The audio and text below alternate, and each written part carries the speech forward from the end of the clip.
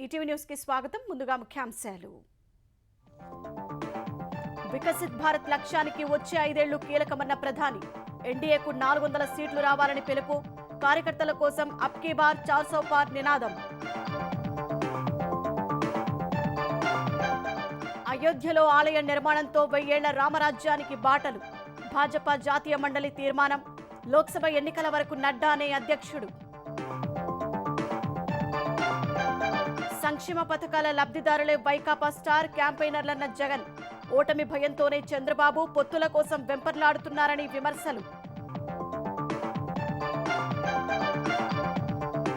తెలుగుదేశం జనసేన మధ్య చిచ్చు పెట్టేందుకు వైకాపా పేటీఎం బ్యాచ్ ఎత్తులు. అప్రమత్తంగా ఉండాలని ఇరు పార్టీల శ్రేణులకు లోకేష్ సూచన.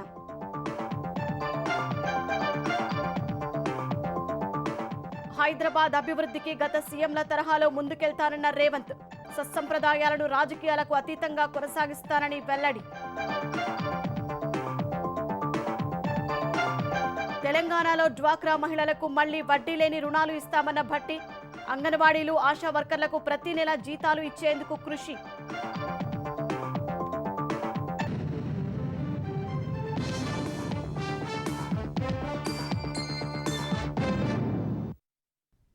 దేశ ప్రయోజనాల కోసమే వచ్చే ఎన్నికల్లో భాజపాకు భారీ మెజార్టీ రావాలని ఆశిస్తున్నట్లు ప్రధాని నరేంద్ర మోదీ అన్నారు.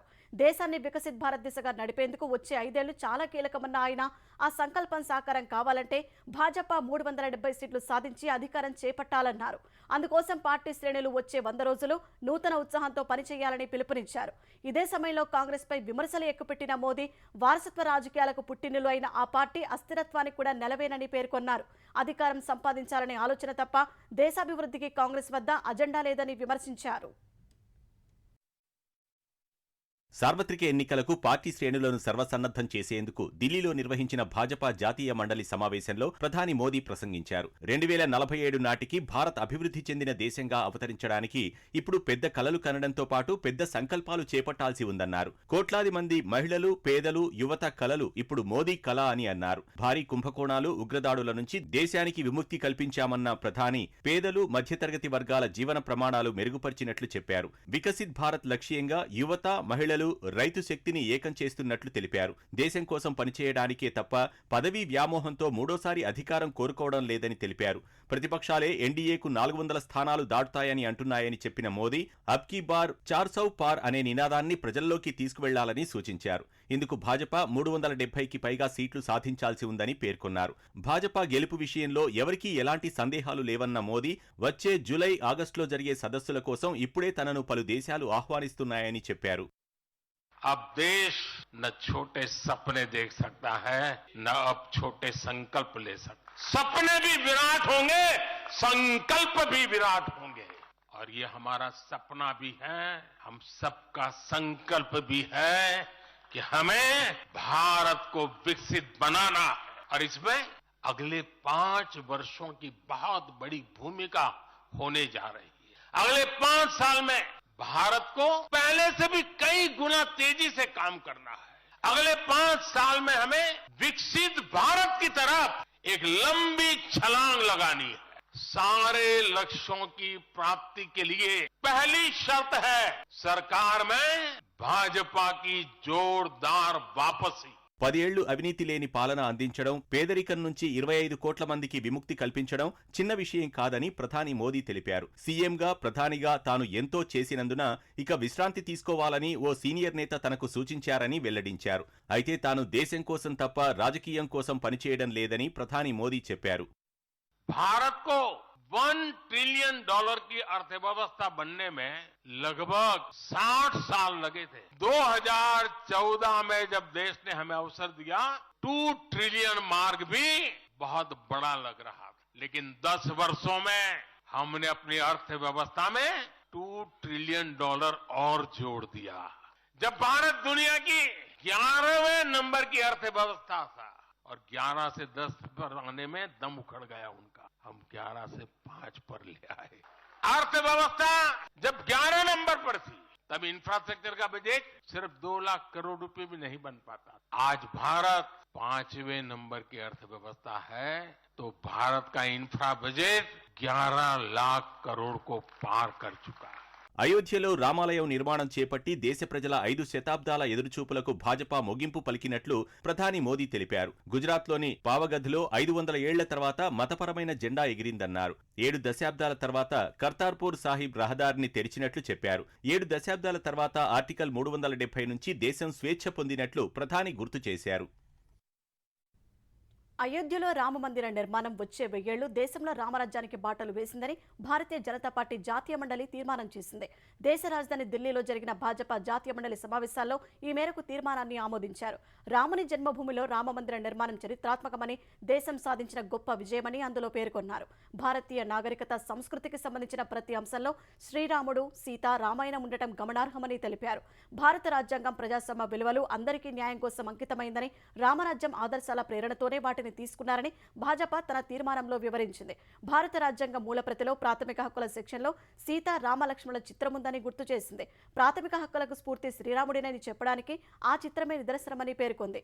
జాతిపిత మహాత్మాగాంధీ హృదయంలో కూడా రామరాజ్యం ఆలోచన ఉందని, అదే నిజమైన ప్రజాస్వామ్యమని గాంధీ అనేవారని ఆ తీర్మానం పేర్కొంది. భారతీయ జనతా పార్టీ అధ్యక్షుడు జేపీ నడ్డా పదవీకాలం పొడిగించారు. ఈ మేరకు భాజపా జాతీయ కార్యవర్గ సమావేశాల్లో నిర్ణయం తీసుకున్నారు. సార్వత్రిక ఎన్నికల వరకు ఆయన అధ్యక్ష పదవిలో కొనసాగనున్నారు. జేపీ నడ్డా సారథ్యంలో భాజపా ఇటీవల పలు రాష్ట్రాల్లో భారీ మెజారిటీతో విజయం సాధించింది.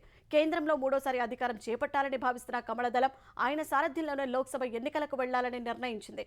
పార్టీ పార్లమెంటరీ బోర్డు ఆమోదంతో వ్యక్తిగత నిర్ణయాలు తీసుకునే అధికారం నడ్డాకు అప్పగించింది. 2020లో జేపీ నడ్డా భాజపా అధ్యక్ష బాధ్యతలు స్వీకరించారు. వైకాపా పాలనలో ప్రజల కోసం 125 సార్లు బట్టలు నొక్కినట్లు సీఎం జగన్ చెప్పారు.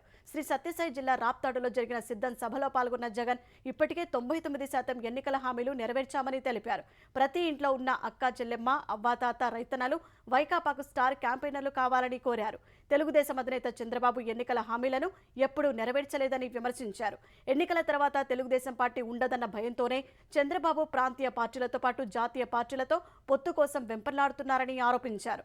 మరో 55 రోజుల్లోనే ఎన్నికలు వస్తున్నాయన్న జగన్ పార్టీ కార్యకర్తలంతా సైనికుల్లా పనిచేసేందుకు సిద్ధమేనా అని అడిగారు. 125 సార్లు ఈ 57 నెలల్లో ఎప్పుడూ జరగని విధంగా, ఎప్పుడూ చూడని విధంగా ప్రజల కోసం నేను బటన్ నొక్కాను.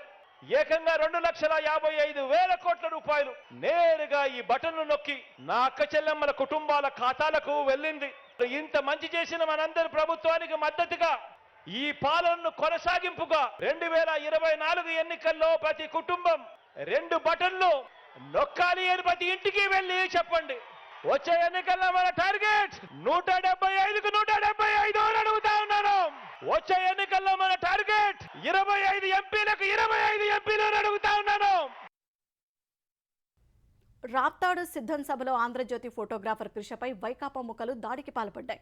జగన్ మాట్లాడుతుండగా వేలాదిగా జనం వెళ్లిపోతున్న ఫోటోలు తీస్తుండగా 100 మందికి పైగా వైకాపా ముఖలు దాడికి తెగబడ్డారు. కర్రలతో కొడుతూ, కాళ్లతో తంతూ, చొక్కా చించి పిడిగుద్దలతో విరుచుకుపడ్డారు. పక్కనే పోలీసులున్నా నిలవరించే ప్రయత్నం చేయలేదు. దాడి చేసిన వారిని ఏమాత్రం పట్టించుకొని పోలీసులు తీవ్రంగా గాయపడిన ఆంధ్రజ్యోతి ఫోటోగ్రాఫర్ని తిట్టుకుంటూ పోలీస్ స్టేషన్కు తీసుకెళ్లారు. నోటి నుంచి రక్తం కారుతున్న ఆసుపత్రికి తీసుకెళ్లకుండా రాప్తాడు స్టేషన్లో కూర్చోబెట్టారు. చివరకు అనంతపురం ప్రభుత్వ ఆసుపత్రికి తరలించారు.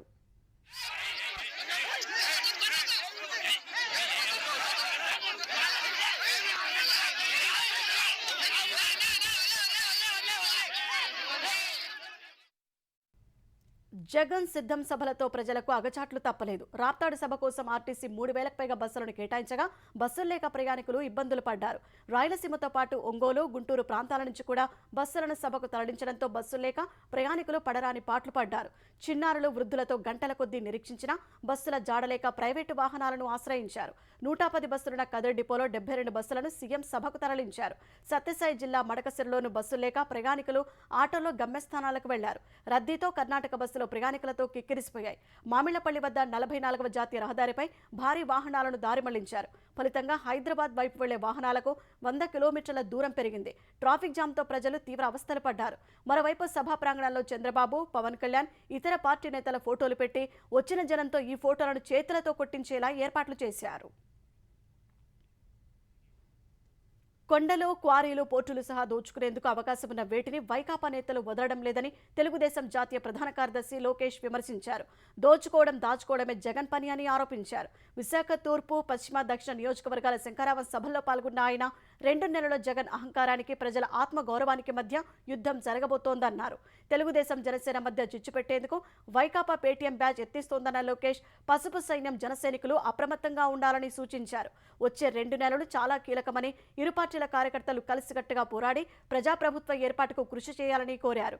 తెలుగుదేశం హయాంలో ఎన్నో కంపెనీలను విశాఖకు తీసుకొస్తే వైకాపా ప్రభుత్వం వాటిని తరిమేసిందని ఆగ్రహం వ్యక్తం చేశారు. తాము అధికారంలోకి వచ్చాక హైదరాబాద్కు ధీటుగా విశాఖను అభివృద్ధి చేస్తామని హామీ ఇచ్చారు. ఆనాడు అదానీ సంస్థతో మేము ఒప్పందం కుదిరించాం. ఈ ప్రాజెక్ట్ గాని ప్రభుత్వం ముందలు తీసుకెళ్తుంటే ఇప్పటికీ 1,00,000 మందికి ఉద్యోగాలు వచ్చేది. రెండోది ఫ్రాంక్లిన్ టెంపుల్టన్ తల్లి, వాళ్ళకి ఒకే ఒక ఆఫీస్ ఉంది భారతదేశంలో, డెవలప్మెంట్ సెంటర్ హైదరాబాద్ లో ఉంది తల్లి. వాళ్ళని విశాఖపట్నం నేను పట్టుకొస్తే ఈ కోడిగుడ్డు మంత్రి పంపించేశాడు.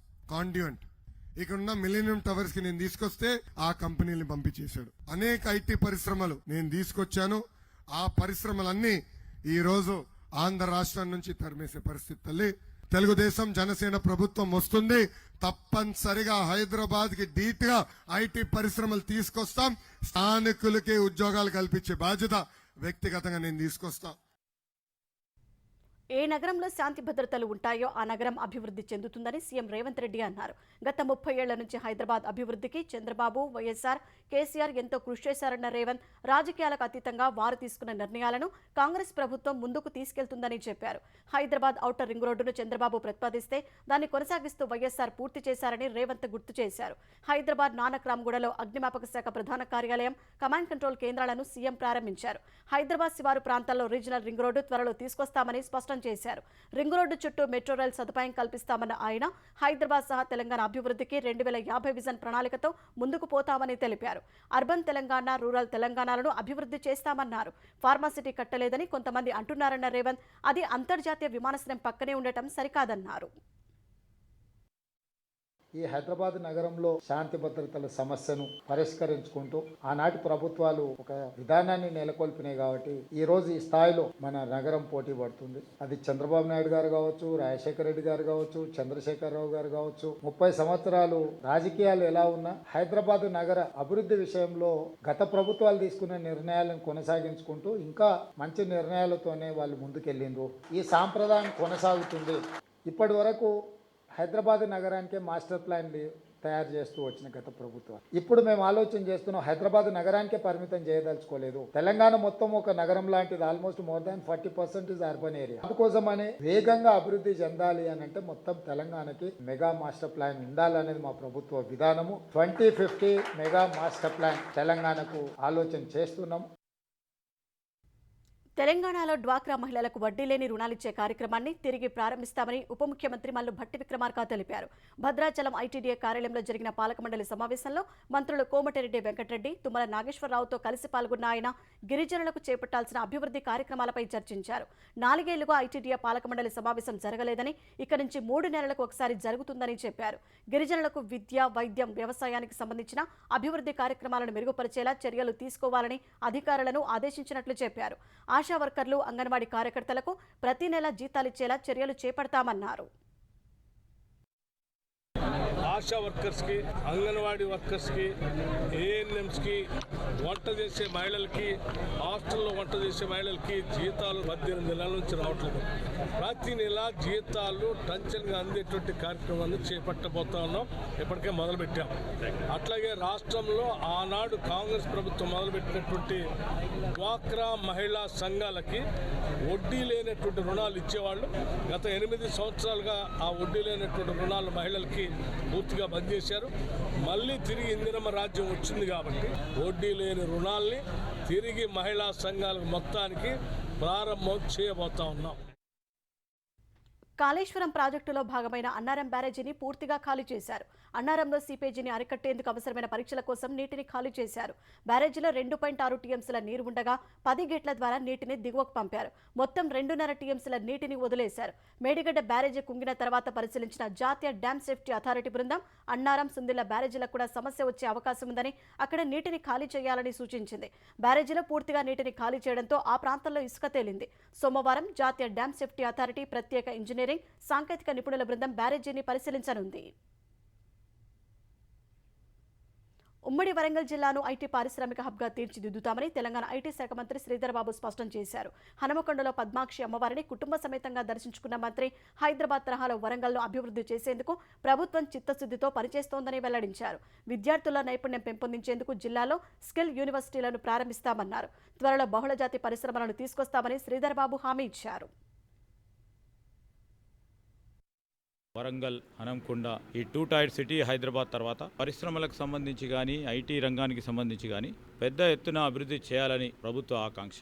రాబోయే కాలంలో బహుళజాతి కంపెనీలను కూడా పెద్ద స్థాయిలో ఇక్కడ తీసుకొచ్చే ప్రయత్నంతో పాటు హైదరాబాద్కు ధీటుగా లేకుంటే ఇతర ప్రాంతాల ధీటుగా ఇక్కడ ఉన్న మానవ వనరులు ప్రత్యేకంగా ఐటీ రంగాల్లో పరిశ్రమలకు సంబంధించి కూడా వీటిని అన్నింటిని కూడా సరైన విధానంలో ఉపయోగించుకునే ప్రయత్న భాగంలోనే ఇక్కడ కూడా పెద్ద ఎత్తున ఐటీ రంగం విస్తరణకు, అభివృద్ధికి ఈ రాష్ట్ర ప్రభుత్వం కట్టుబడి ఉంది. చలో విజయవాడ కార్యక్రమాన్ని వాయిదా వేసుకున్నప్పటికీ సిపిఎస్ ఎంప్లాయీస్ అసోసియేషన్ నేతలపై పోలీసుల నిర్బంధాలు కొనసాగుతున్నాయి. రాష్ట్ర వ్యాప్తంగా సిపిఎస్ ఉద్యోగులను గృహ నిర్బంధం చేసిన పోలీసులు ఎవరూ విజయవాడ రాకుండా నిన్న మధ్యాహ్నమే చాలా మంది నాయకులను స్టేషన్లకు తరలించారు. పోలీసులు అనుమతి ఇవ్వకపోవడం వల్ల చలో విజయవాడ కార్యక్రమాన్ని వాయిదా వేసుకున్నట్టు ప్రకటన చేసిన అసోసియేషన్ నేతలను కూడా పోలీస్ స్టేషన్లోనే ఉంచారు. ప్రభుత్వ తీరుపై ఉద్యోగ సంఘాల నాయకులు ఆగ్రహం వ్యక్తం చేస్తున్నారు. వైకాపా అధికారంలోకి వస్తే వారం రోజుల్లో సిపిఎస్ రద్దు చేస్తామన్న జగన్ ఆ హామీని అమలు చేయాలని అడుగుతుంటే ఇలా ఇబ్బందులు పెడతారా అని ప్రశ్నించారు. ఏపీలో అసలు ప్రజాస్వామ్యం ఉందా అని అనుమానం వ్యక్తం చేశారు. తెలుగుదేశం అధినేత చంద్రబాబు తనకు టికెట్ ఇవ్వకున్నా తాను వ్యతిరేకించబోరని ఆ పార్టీ సీనియర్ నేత బుద్ధా వెంకన్న స్పష్టం చేశారు. ఇన్నాళ్ళు తనను తప్పించేందుకు కేశినేని నాని తెగ ప్రయత్నించినట్టు చెప్పారు. మొదట కేశినేని నాని తనను లక్ష్యంగా చేసుకుని పనిచేశారని ఆరోపించారు. ఏపీలోని 175 స్థానాల్లో విజయవాడ పశ్చిమ సీటు ఒక్కటే పక్కన పెట్టి 174 స్థానాల్లో ఐవీఆర్ఎస్ సర్వే చేపడుతున్నారన్న బుద్ధా వెంకన్న ఇది తనకు బాధ కలిగించిందని తెలిపారు. రక్తం తీసి చంద్రబాబు చిత్రపటానికి బుద్ధా వెంకన్న కాళ్లు కడిగారు. సిబిఎన్ జిందాబాద్ అంటూ రక్తంతో గోడపై రాశారు. తన అభిమానాన్ని చాటుకునేందుకే ఇదంతా చేస్తున్నట్టు బుద్ధా వెంకన్న తెలిపారు. కుప్పం నియోజకవర్గ తెలుగుదేశం నాయకులు, కార్యకర్తలపై అక్రమ కేసులు పెట్టడంపై ఆ పార్టీ అధ్యక్షుడు చంద్రబాబు డీజీపీ రాజేంద్రనాథ్ రెడ్డికి లేఖ రాశారు. పోలీసులు ఇష్టారాజ్యంగా తెలుగుదేశం నాయకులపై రౌడీ షీట్లు తెరుస్తున్నారంటూ డీజీపీ ఎన్నికల సంఘానికి పంపిన లేఖలో పేర్కొన్నారు. అధికార పార్టీ ఒత్తిళ్లకు తలొగ్గిన కొందరు పోలీసులు తప్పుడు కేసులతో ఇబ్బంది పెడుతున్నారని వివరించారు. కుప్పం, రామకుప్పం మండలాల్లో 11 మంది నాయకులపై రౌడీ షీట్ తెరిచినట్టు ప్రస్తావించారు. ఎన్నికల్లో చురుగ్గా పనిచేయకూడదనే తప్పుడు కేసులు, రౌడీ షీట్లు నమోదు చేస్తున్నారని మండిపడ్డారు. తెలుగుదేశం నాయకులపై పెట్టిన రౌడీ షీట్లు ఎత్తివేయాలని డిమాండ్ చేశారు. తెలుగుదేశం అధినేత చంద్రబాబు నివాసంలో 3 రోజులు నిర్వహించిన రాజసమల యాగం ఇవాళ ముగిసింది. గుంటూరుకు చెందిన వేద పండితులు శ్రీనివాసాచార్యులు ఆధ్వర్యంలో యాగం జరిగింది. వివిధ ప్రాంతాలకు చెందిన 50 మంది ఋత్వికులు చంద్రబాబు, భువనేశ్వరి దంపతులతో పూజా క్రతువులు చేయించారు. 3వ రోజు సాయంత్రం పూర్ణాహుతి కార్యక్రమంతో యాగం పరిసమాప్తమైంది. గుంటూరులో కలుషిత నీరు ప్రజల ప్రాణాలను తోడేస్తోంది. డయేరియాతో మరో వ్యక్తి మృతి చెందారు. శ్రీనగర్ 7వ లైన్లో ఉండే గాజుల సూర్యనారాయణ వాంతులు, విరోచనాలతో ప్రైవేట్ ఆసుపత్రిలో చేరారు. చికిత్స పొందుతూ ఈ ఉదయం ప్రాణాలు కోల్పోయారు. శ్రీనగర్ ఏరియాలో డయేరియా విజృంభిస్తోంది. రైలుపేటకు చెందిన ఇక్బాల్ శుక్రవారం మృతి చెందారు. ఈ నెల 10న పద్మాని గిరిజన యువతి ప్రాణాలు కోల్పోయింది. పాడైన పైప్ లైన్లతో చేస్తున్న తాగునీటి సరఫరా కారణంగా వాంతులు, విరేచనాలతో మరో 200 మందికి పైగా ఆసుపత్రిలో చికిత్స పొందుతున్నారు.